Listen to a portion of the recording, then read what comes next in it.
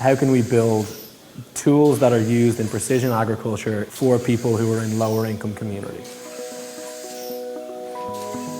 We just got back from our trip to Myanmar, Kenya, and Tanzania. We were exploring the application of sensor technology in agriculture pretty broadly. We had some intuition going in that we wanted to look at drip irrigation systems, we wanted to look at the precision application of fertilizer. After our research, we have decided to work with Proximity Designs from Myanmar.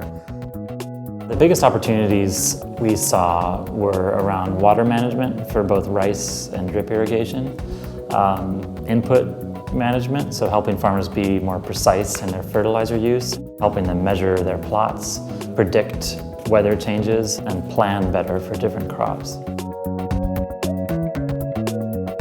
We end up going to the field with 3 prototypes. The ones that we are evolving is the rice water table prototype and a moisture sensor used for drip irrigation system. We're realizing that we don't need to actually use technology through all of these ideas. If anything, adding technology to a few of them seem a bit forced. It makes sense to use electronics when the data that we're gathering is actually really valuable to produce something else. If it's more just about like an immediate feedback, we can be more creative about like analog ways of doing that. At one spectrum, we have this analog water level sensor, which is just going to be a float bobber to help rice farmers understand where the water table is underneath their rice fields, all the way to a moisture sensor that is specifically designed for beetle nut crops that helps farmers understand what their optimal watering is and when they're too low or too high. Any sophistication we bring from a technology perspective, it's only as good as the service design or the delivery of the service design that we put around that.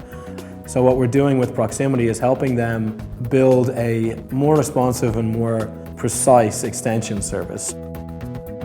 Right now, our next trip is going to be a pre-pilot to kind of test the things that we're refining right now. And if we are able to prove value on those, if that's possible, then to think about like adoption rates or how the products are finally going to be priced. That's like a secondary step. But the most important thing for this next trip is actually to be able to prove that value.